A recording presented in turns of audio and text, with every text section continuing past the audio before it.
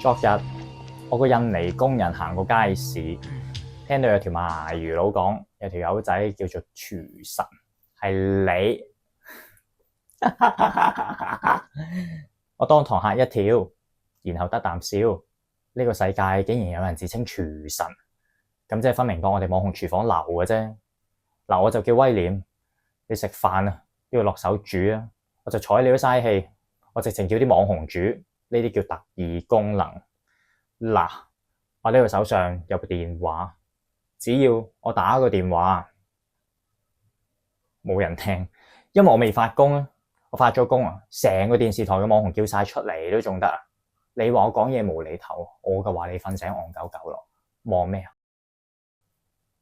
條氣唔順就發個 DM 過嚟，大家研究下啦。當然要報翻幾千一萬就唔再講噶啦，係嘛？